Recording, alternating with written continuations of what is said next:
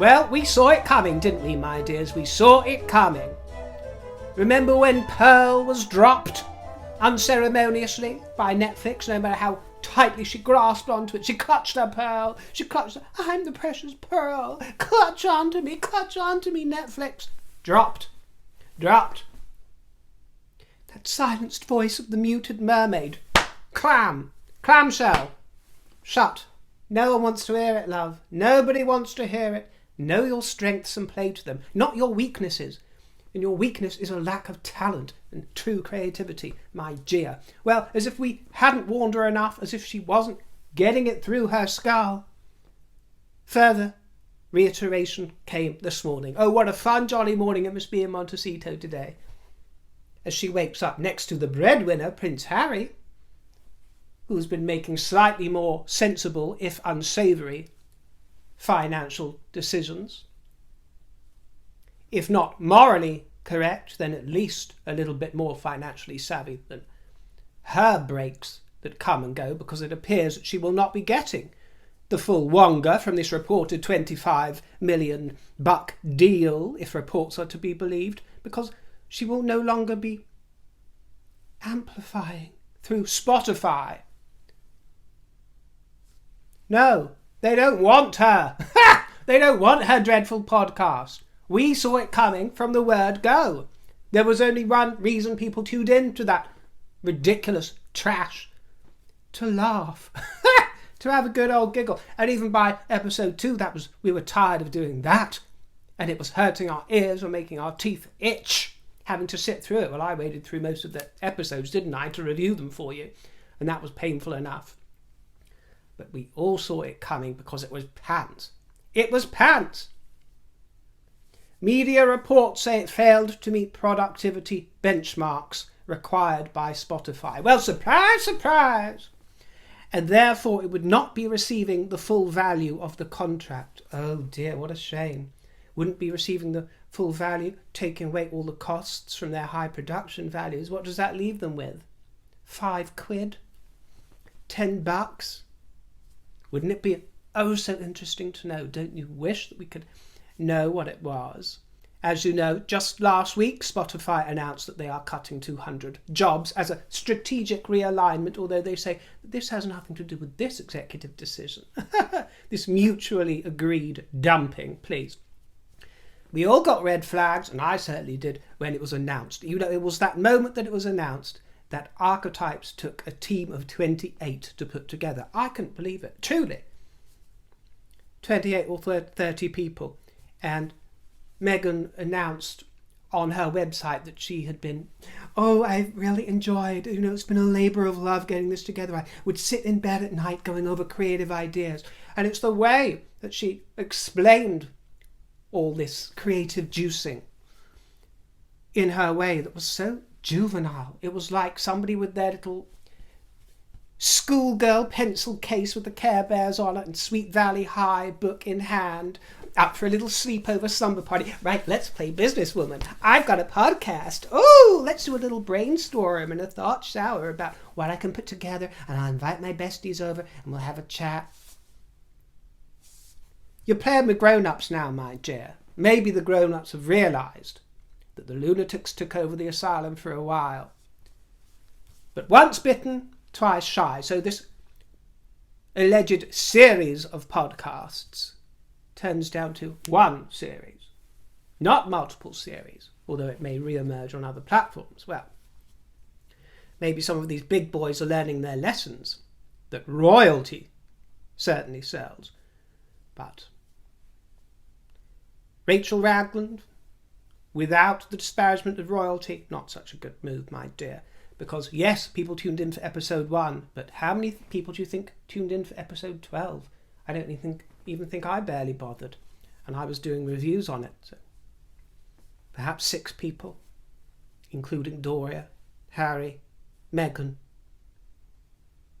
Who are the other? Well, I suppose you could include Archie, Lilibet, and one of the dogs. And I want to be quite clear. I do not begrudge the girl trying to be an entrepreneur if that's how she fancies herself, or making money. Do as you will.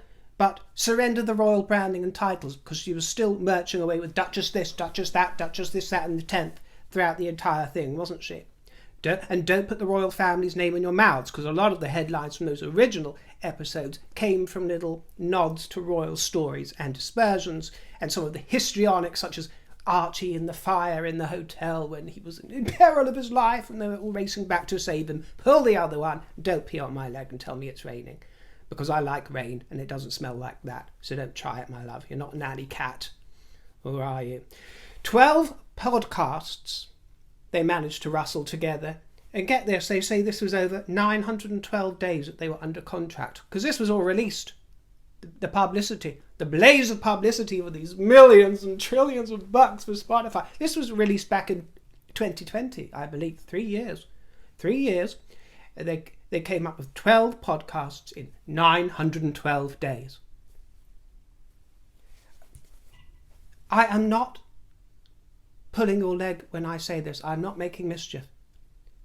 I could put a series together and it would be 50 times as compelling as Archetypes in 2 weeks to do those 12 podcasts. Give me 2 weeks and a microphone and some guests if you really have to bring them in.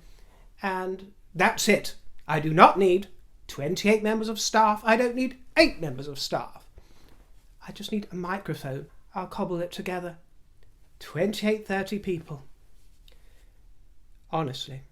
And I don't say that with any grandiosity, because there are hundreds of thousands of people out there who can rustle up content and make it more compelling than what she managed to do over all those hundreds of days with millions and trillions of dollars. It is absolutely ridiculous, and to be honest, it serves Spotify right. Perhaps they've learned a very expensive lesson. And if you listened to any of the episodes, then you will have noticed that it had to be scripted, edited to within an inch of its life, incidental music playing all throughout the whole thing. Her dulcet tones. I'm going to put on my dulcet voice now. To control what is seen of her personality. I think that was the giveaway. Because when you take a simple concept such as sitting down, chatting with a friend or an associate, as was the premise of her podcast, and then you deconstruct it with all the bells and whistles thrown in to try and disguise the lack of substance and make up for it with schoolgirlish embellishments, then I'm afraid the conversation loses some of its authenticity. That entire premise was threadbare because these stereotypes they're harping on about barely exist anymore. And if they do, they've already been discussed to death by people with a bit more brain power going on. Her head is still dreaming of tiaras and accolades. It's as if she's back at her desk at the Immaculate Heart dreaming about collecting her awards. Well, you got all the awards and the trophies, all your paraphernalia from these equally dumb, equally stupid institutions that showered you with awards and trophies for this fabulous, ground-breaking podcast. And what happens? Nobody watched it, and it gets dropped and dumped and axed. Meghan Sussex is in her 40s. She's in her summer season. But I got the distinct impression when I was listening to those episodes that she was in early spring, mentally in early spring.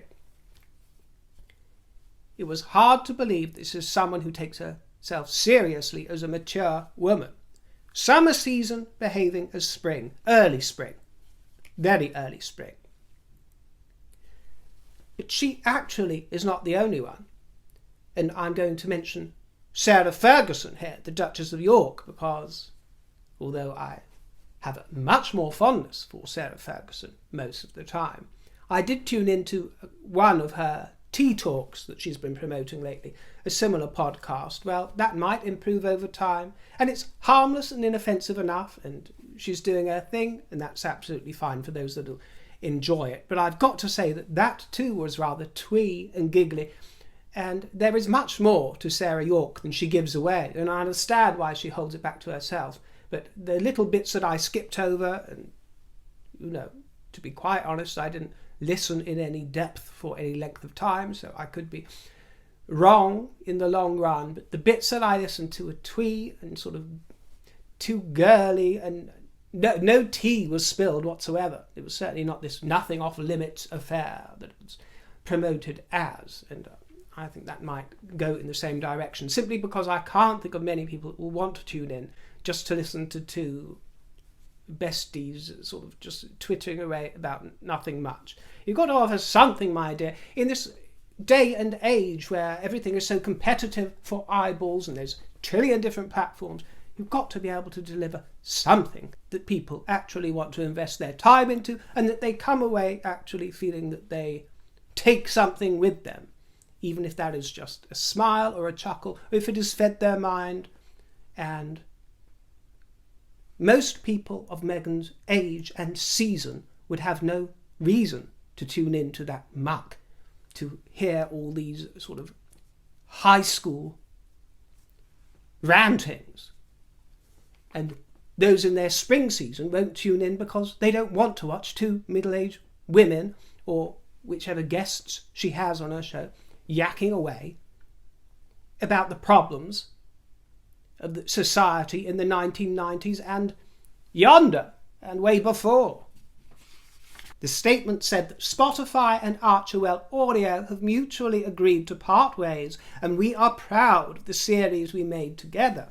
And this was back 3 years ago, and there was all this word salad. We are proud to partner with the Duke and Duchess and look forward to listeners hearing directly from them and the other creators that they will be elevating via our global platform. Who enjoys this garbage salad? Can I please ask you this? Who enjoys this word salad? These spokespeople for all these companies, they sound as if they are artificial intelligence, not humans with any decent education. They speak about other creators that they will be elevating via our global platform. Why can't they just say with the famous friends that they will be talking with on the show?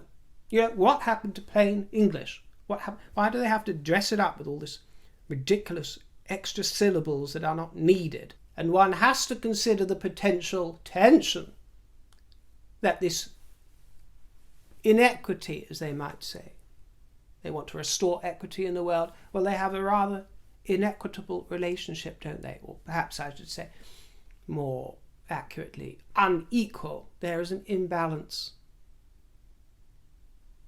An imbalance of power because she wields the power over the hubby, but an imbalance in finance because Harry seems to be the one that is most capable of hustling those buns, doesn't he?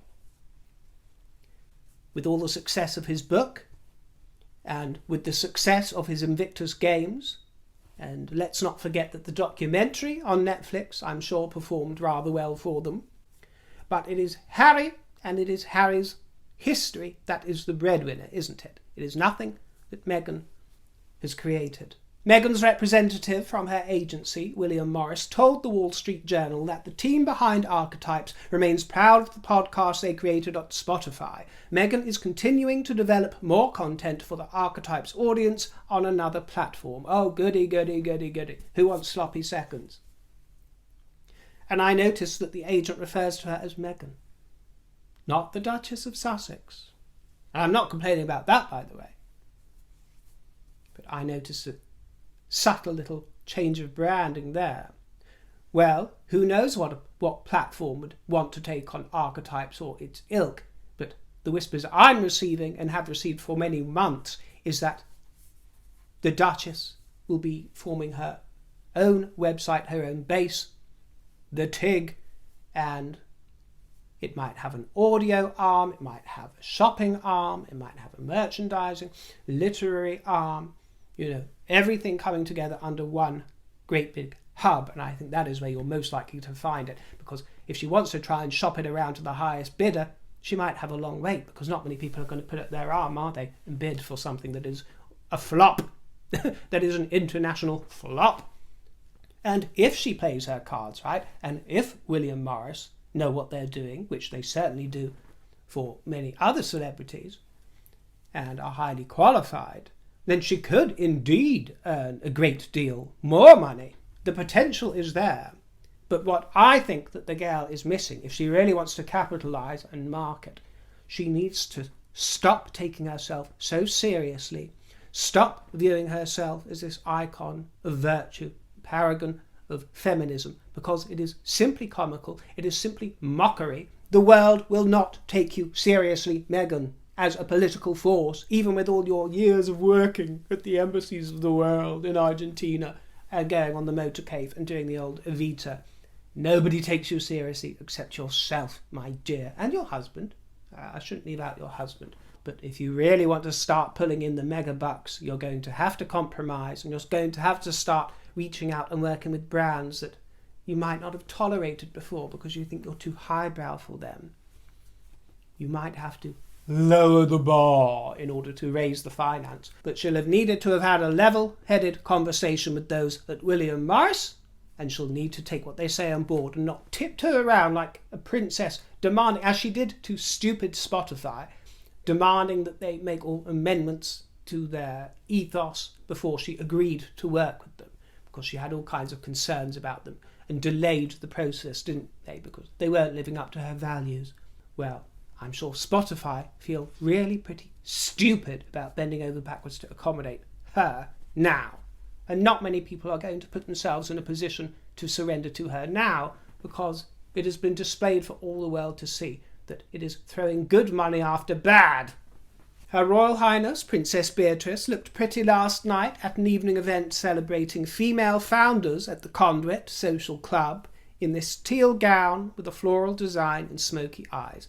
I've seen that gown before. She wore it when she was with Edo in a previous photograph, which was nice, and it suits her. And as preparations continue for the King's birthday parade that's taking place tomorrow, the King and the Princess Royal, who accompanied him, presented the new sovereign standard to Household Cavalry's Blues and Royals.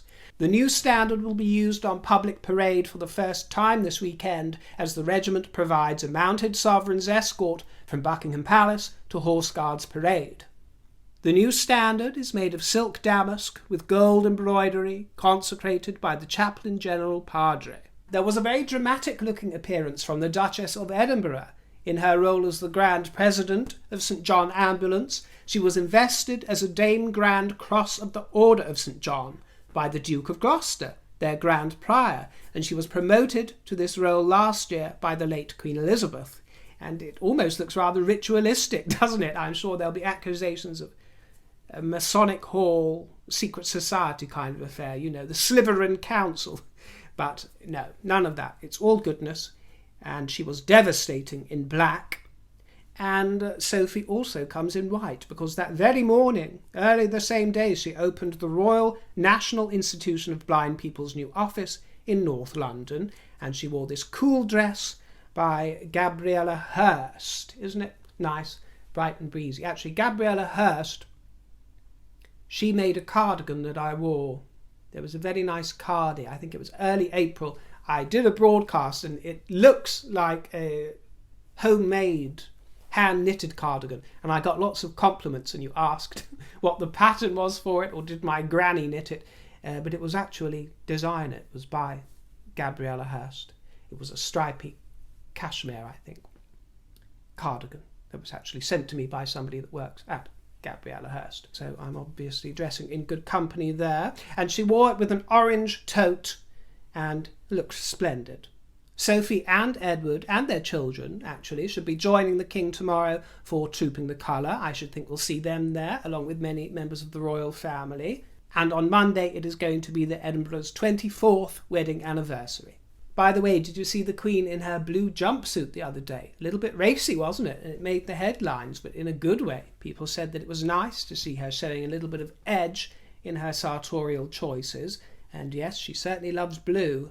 But that was such a happy day because it was her reading room festival come to fruition. And she was greeted by a bunch of lovies, such as Dame Judi Dench and Dame Joanna Lumley, Patsy Darling, many of her favourites. Nice to see them all having kissy-kissy. This was, there was a reception at Hampton Court Palace, and then there was a festival itself, and it was hosted by Giles Brandreth. You know, he was very much in there with the late Queen and the late Philip, wasn't he? And he's also very much in there with the existing King and Queen. So, he's very happy and he knows where his bread's buttered, and he's always wearing his novelty jumpers. That's what he is sort of famous for here in the kingdom. He, if you don't know, actually designed some of the jumpers that the late Diana wore and was famous for appearing in. The I'm a Luxury jumper, yes, they were produced by him and his working partner George Hostler, that was it, and they still manufacture them actually under Giles and George. That's Giles with a Y. They have a website online and they still manufacture sort of editions of those jumpers. Not really to my taste, many of them, but yeah, you can still grab one or two of them if you want. The whole idea for this Reading Room Festival to promote literacy and reading and talk about the joy of reading and get people really involved all came really from Queen Camilla during lockdown, when she began a sort of book club online, and it attracted lots of attention, and I think 160,000 followers. People really got into it, and much of its goings on are all in aid of charity, of course, and it's all resulted in this wonderful celebratory festival, which hopefully will go on to become some sort of annual get-together. There were improvisations and so much gaiety. Really lovely. Thanks for popping in to see me, my dears. I'll catch you on the next broadcast. Leave me a nice juicy comment, and if you'd like to leave me a tip, my tip jar is in the description box, and I thank you most sincerely. See you next time, and toodle pip.